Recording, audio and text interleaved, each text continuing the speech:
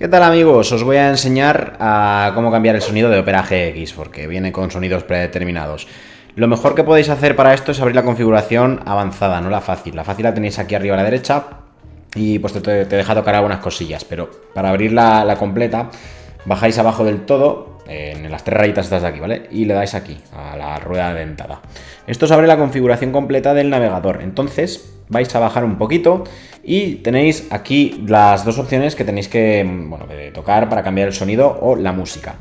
La primera es el sonido, ¿vale? Donde podéis aquí ajustar el volumen del navegador, podéis seleccionar o activar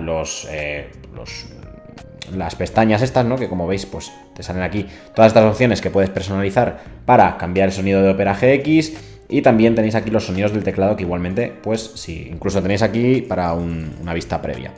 Yo normalmente lo tengo desactivado.